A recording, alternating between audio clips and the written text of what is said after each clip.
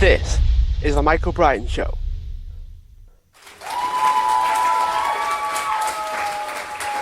Hi everyone, welcome back to the show, and today I am joined with Bob Bentz, who's president of Purplegator Marketing Agency and Consultants. We are discussing his journey as an entrepreneur, as well as some SEO best practices as well. Bob, thanks so much for taking the time and joining me today. Yeah, always great to be here. Thank you for the invite.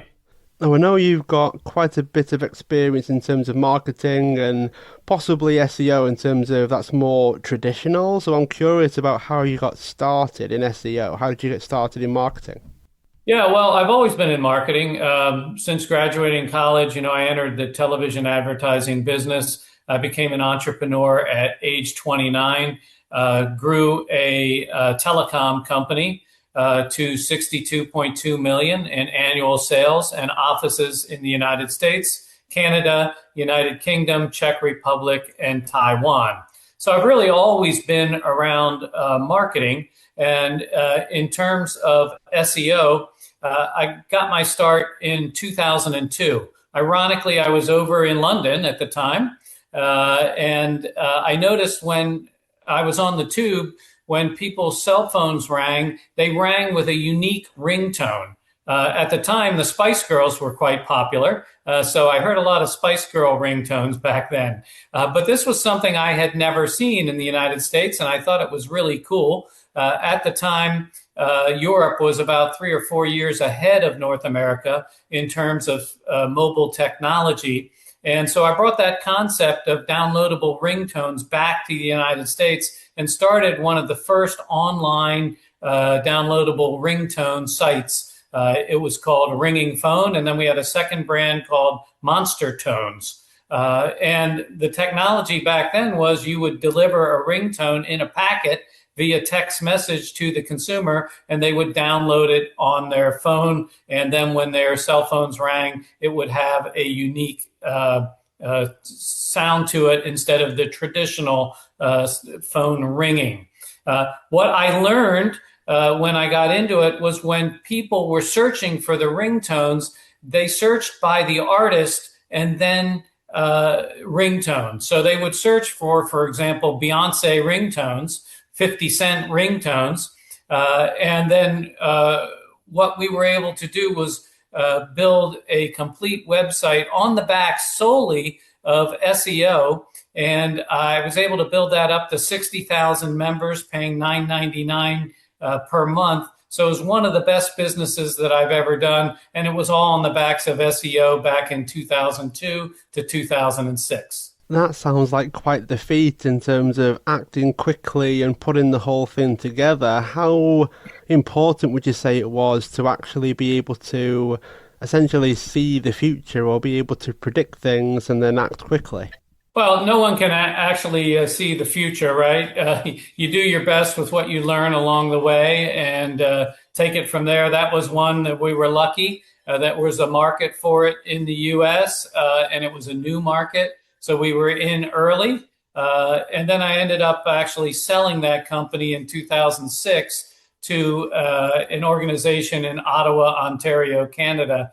So it worked out real well because we exited, I think, just at the right time, because it was 2006 that Verizon started to put ringtones on the deck of their phone. And of course, that was a far more efficient model than having to go online to order them. So it sounds like you need to be able to at least spot something that could become popular. So I'm curious about how you could tell the difference. How could you tell between something that you could potentially start or run a business out of versus something that's probably just a trend? It will probably be a short-term thing and will go away quite quickly. Is there a way of telling? Well, I think, the experience that I got spending, 2 weeks in the UK really taught me that experience, because it wasn't just one person who I heard the ringtones for. It was many different people that I heard it for. And I've always believed that people around the world were more similar than we like to think we are. And, for an American company, the people that we're most similar to are Canadians. And then secondly, people from the United Kingdom. So, the fact that I heard this in the UK made it seem to me like it would be a success in the US. Now, I know that there are more and more people thinking about SEO, and I've even heard it coined search everywhere marketing. Why is it shifting towards that versus search engine optimization? Why is that shift happening, do you think? Yeah, well, traditional clicks on the business listings, if you can be flat over this past year or two, you've done a good job with your SEO, because most people are downtrending on the amount of clicks that they're getting on the traditional SEO listings, thanks to the AI that is now appearing at the top of a Google search. So we've been very fortunate. I think I have a very strong SEO team right now, and it's been our biggest growth product in 2025. And the positioning is that everyone knows that there's less clicks coming into the traditional clicks on the businesses because of what they've coined as zero-click searches today. Because of that, we've really emphasized getting into the AI that's atop through the answer engine optimization and the generative engine optimization. And that has been quite successful for us in getting listed there, because if you can dominate that, that's even better than having a number one listing in the traditional listings. So is that where you're trying to find the sorts of things that people would type into the AI, and hopefully you can engineer it in a way that means you show up as the answer that the AI would give? Is that the angle that we're taking? Yeah, that's exactly correct. And one thing that has changed in SEO over the 20 some years that I've been involved in it is back in the day, you would just type a single word into Google and you would await for the results. Well, today, because of the Alexa tools and the Google Nest and Siri, we're asking complete sentences. And now that there are AI, we're asking complete paragraphs in many cases. So, the good thing is you can get what those questions are that people are asking through tools like SEMrush, and you can then match the content that you're writing about. And it isn't just content on your own website that's key today. It's also getting that content onto third-party websites. We've had great success with sites such as Medium. We love Reddit. Of all the things we can do, Reddit has been the most popular in gaining access to the AI. And we've also had great success with the site Quora, because that's a question and answer type site. And many people are asking questions exactly like the questions might appear on Quora. So, getting on those third-party sites, LinkedIn is another one, is really critical because those are reliable sites that Google has confidence in, and they often pull information from those sites. Do you find then that learning a lot more about your customers is important? Like, you need to be really careful with the information that you try to essentially be the thing that shows up. So is that more important, do you think, the more you know about your customers now? Well, yes, absolutely is. It's why I am still old school. I still believe in personal visits. You can only do so much over Zoom and Google Meet. When you go meet someone personally, you really get the information. Now, when it comes to the type of content, of course, we're all experts when it comes to pizza, right? We all eat pizza. We all know what we like when it comes to pizza. So any of my staff can write intelligently about pizza. But when it comes to something like, doctors or dentists, we're not qualified. Lawyers, we're not qualified to write content on that. So it's important that anything that we write to answer some of these questions on sites like Reddit, that we get the approval of the client before, because we don't want to quote them on something and say something that's incorrect. So what happens once you have this information? You use the sites that you mentioned, you've got a list of questions that your customers are likely asking, whether it's Google or something else. What can you then do with that? Because it sounds like, if I remember anyway, that it becomes a cost per click kind of war with everyone, trying to get the cheapest, or they might drive the price up per click or how much you'd be expected to spend.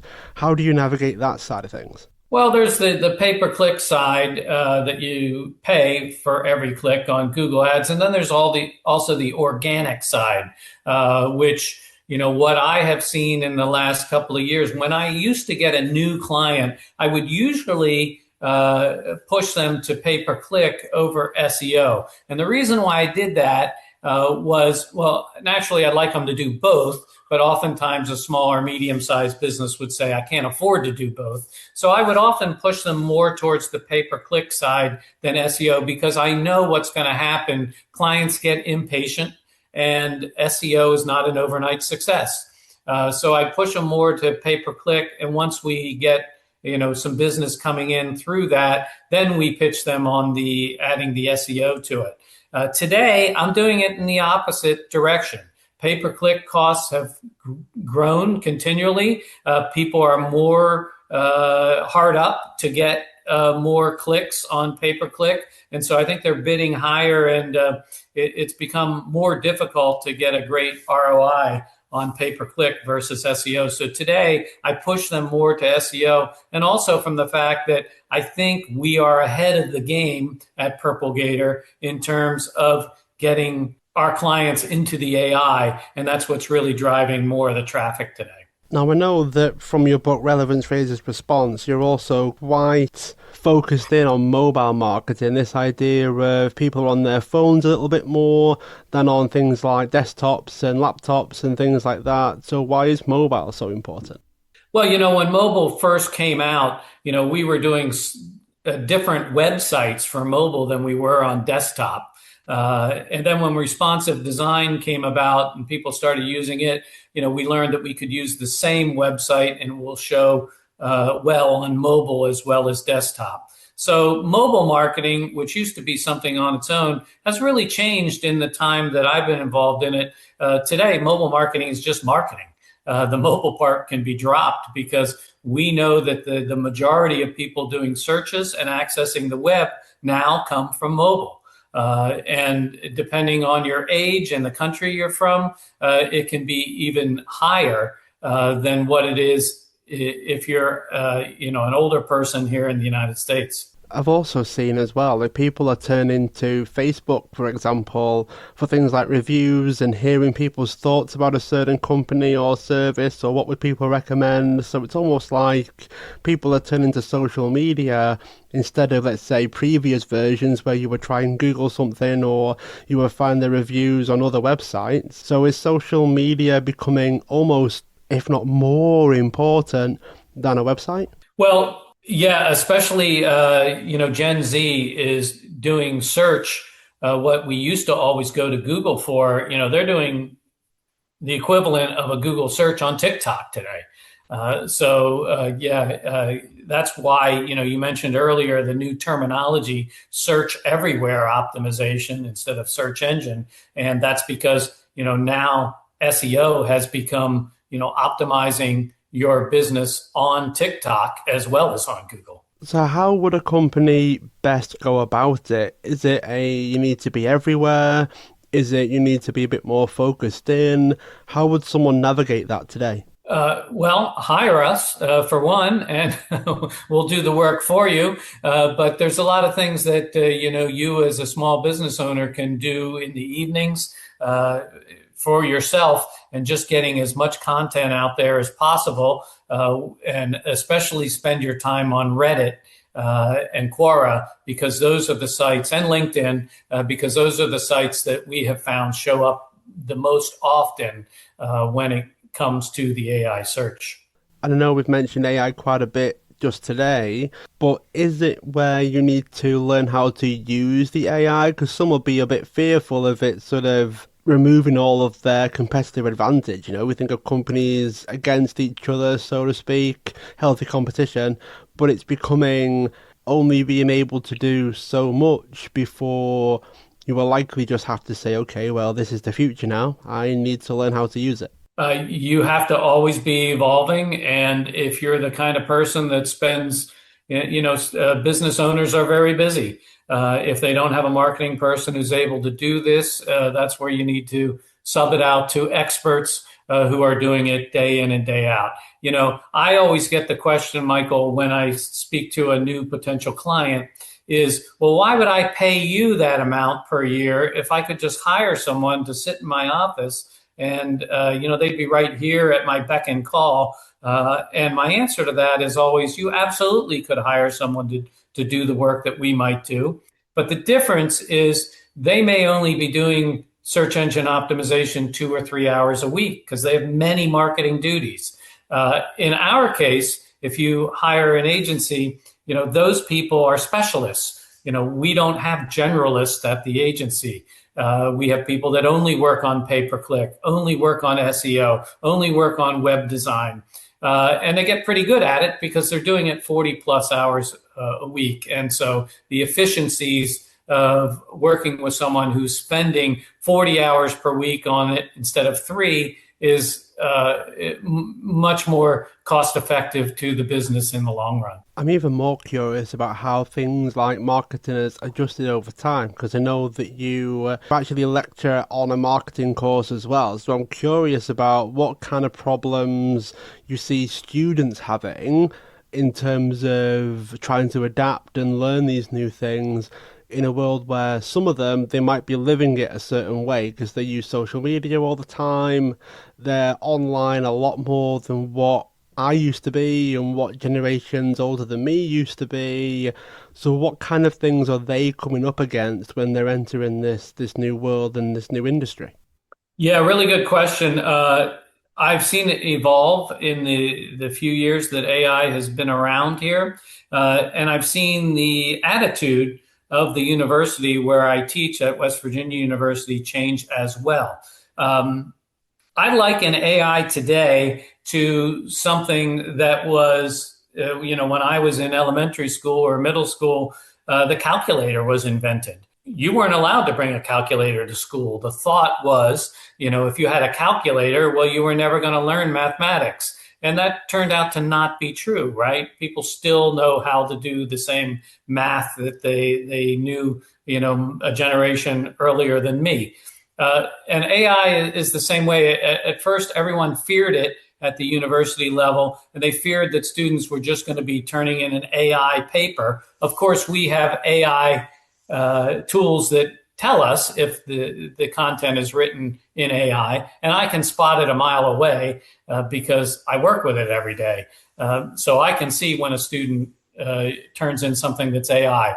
So interestingly, the first year it was like, well, you can't use any AI. You'll get a 0 on your assignment if you use AI.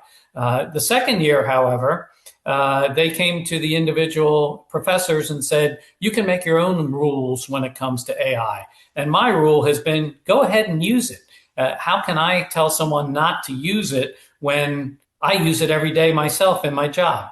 I've just, said to the students, if all you're doing is turning in something from AI, you really haven't thought it through. And AI is only as good as the information that's already out there on the web.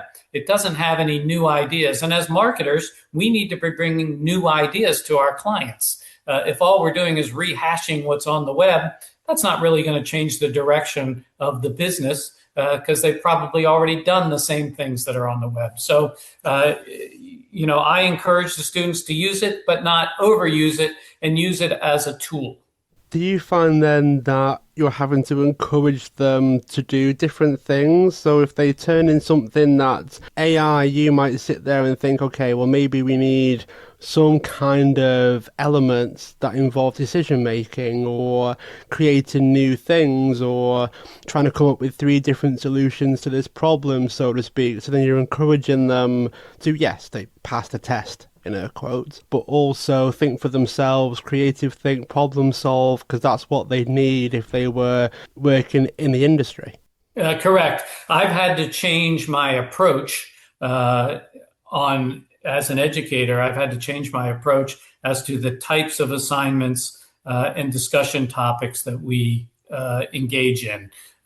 So that is a way to make the students continue to think. Now, I teach graduate level students, so they're a lot different than undergraduates. In most cases, they're paying their own way to get through graduate school. They're there because they want to be, not because it was the next thing in line after high school.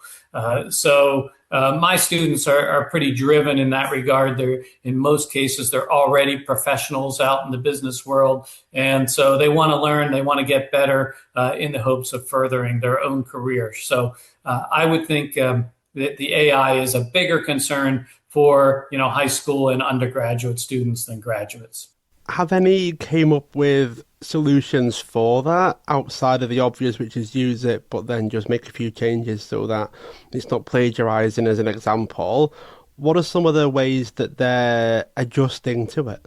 Well, some of the more advanced AI platforms now, you can make your own images. You can make your own videos. We see these all the time on social media today. That takes it one step further that, someone like myself, I'm not a graphic designer. I don't have those skills, but by utilizing AI, I can make a sample outdoor advertisement for a client. I can get ideas for slogans and that kind of thing. So, using it as a tool, but not the end result is the way to go here. Do people see this go in a particular direction? So you've mentioned a lot in terms of, you don't necessarily have the skills, but you know how to work with the AI to then essentially bridge that gap. How do you see this developing? What's the future like? What's the future of marketing, SEO, in a world where almost anything is at the click of your fingers, or being able to do it by voice, I guess, in some ways? How do you see this developing? Well, there's a lot of people in the marketing industry who fear AI, that it could take their job. Well, the calculator didn't take anyone's job, did it? I think AI is the same way. Now, there are certain job titles. For instance, copywriter used to be a common job at every marketing agency. I don't see hiring a copywriter in the future. And I have had a lot of copywriters approaching me who have built their career on it, and they've been laid off. So that's one job that I do think has been eliminated for the most part and probably won't come back. My advice to those people is you better retrain yourself on something else. But in terms of the future, I don't see people losing jobs. I see those people that know how to maximize the value of the AI are going to continue to excel. Those people who don't embrace it are going to fall behind. For some people, that can be quite hard to hear. If the AI is on its way, then you need to essentially be proactive, learn new things, try to keep yourself as up to date as you can, not just in terms of the tech, but you need to make yourself somewhat irreplaceable so then you can keep working, keep doing your thing and be able to get through it. Yeah, absolutely. It's just one more thing that's going to make the world a better place if used properly. Many, many years ago, I heard about the artificial intelligence side. There was a lot of VR going on, and some of it never necessarily took off in the same way. Like, I was hearing rumors of SEO within VR landscapes and things of that nature. Like, it became very surreal from the outside. What would you say SEO and AI and VR, and if everything came to a head, how would that look if you could paint the picture? There was a lot of people saying SEO is going to go away, that you're going to be able to AI it. Well, I can tell you one thing about Google. In the 20-some years I've been involved in SEO, providers always find a black hat technique to circumvent the system. And they might have success with it for 3 to 6 months. But eventually, Google has a lot of smart people working there. Eventually, they plug that gap, and what might have worked short term no longer does work. So I think the same thing's going to happen here with SEO. I have found the last year or so with the AI, it's been more fun than ever to work in the world of search everywhere optimization than search engine optimization, because there's all these new elements to it. So that adds a whole new level of making it more interesting and making it more fun to work on these accounts. So in a world where you're very active in this space, you're able to keep yourself not necessarily ahead, but in a space where you can keep using AI, keep using things as they develop, and not necessarily be fearful of your job going away. How do you do that? How do you keep ahead? Where do you go for the information? And is it simply a mindset and a habit because you've been doing this for a long time now, where you can take something and then act on it fairly quickly? Well, it's funny. People always ask me what books I've read, and I rarely read a book. And in fact, I always make a joke. The last book I read, I wrote. But I probably read more than anybody out there, but I'm reading in snippets that are on websites. The beauty of SEO and really anything in marketing is people post a lot of information online. You could become an expert just reading what's available online, because there's so many great newsletters out there, so many people in the industry that I have great respect for, and they're not afraid to share their information. Even as agencies, when I go to some of the meetups that we have of other agency owners, you would think that they'd be afraid to mention anything that has been very helpful for them. And just the opposite is true. People are really interested in sharing that information because in most cases, we're not competitive with each other because we all have our vertical niches that we're involved in. And, someone who markets towards lawyers is not going to be competitive with someone who markets to restaurants. People are willing to share that information. One thing with the work from home trend is people don't get out as much. And I always encourage my staff, get out, go to your chamber of commerce, go to any sort of business meetup. We will always, pay for that. We'll always invest in you because when you go to those things, you not only you learn more, but you come home refreshed. Because even if you're an introvert, we as humans, we're made to be social creatures, and we need to get out and not sit alone in our office, in our home office all day. Getting out really gives you more job satisfaction, makes you better at your job, and gets you fired up for the next day. What would be the top 3 things? Maybe you've learnt them over the years, maybe you've learnt them recently, but what would be your top 3 things that you've learned from your experience in marketing, using the technology? What lessons have you learned? Wow, 3. You're putting me on the spot here. Number 1, at the end of the day, networking is important because people work with people that they like and would enjoy working with. And that's why, I always try and develop a sales team that has different people. You don't want people with the same personas because someone's going to be better. If you're selling to a younger person, you want to have someone who would be able to align themselves with that person. If you're selling to a minority organization, you want to have minority people on your staff who can relate to those people. Because at the end of the day, people work with people that they would like to hang out with. I think that's the number 1 thing. Number 2 is every industry has their own buzzwords, right? And I don't know the buzzwords in every industry, but I've learned the buzzwords in the vertical markets where we have had success. So when I talk to these people, I can throw in some of those words and I seem like one of them, right? Because I've used some of the same terminology that they use every day. So I'd say that's second. And then third is just continuing to increase your knowledge, which we talked about earlier. You can't be status quo in this business. You'll be left behind in a year and a half, 2 years. You got to always know the new technology that's coming out. I take meetings with people that I really have no intention of buying their product, only because I figure I'm going to learn something at that meeting that might have an impact on other businesses that we work with. So that's my top three. Thanks for sharing that, Bob. It sounds like it's a real people industry that you're working in and that people need to learn to navigate. It's almost like people are truly the most important thing. I think that's true in life in general, choosing your spouse and the people you do business with. Yes. I liken it to an American football team, right? You have 11 guys on a side. The guys that work the line are 300 pounds plus, right? They're the real big guys. And if you had 11 300-pound guys, you'd have a terrible football team because you wouldn't have the speed that you need on the outside for the receivers and the running backs. You need smaller guys who are quick and fast.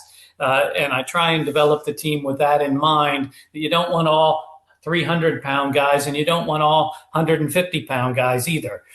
You've got to have the mix of both of them so that you can satisfy all the clients out there and their needs. Well, that is a fascinating way to round us off, Bob. For those that would like to learn more about you, enter your world, grab the book as well, how could they do that?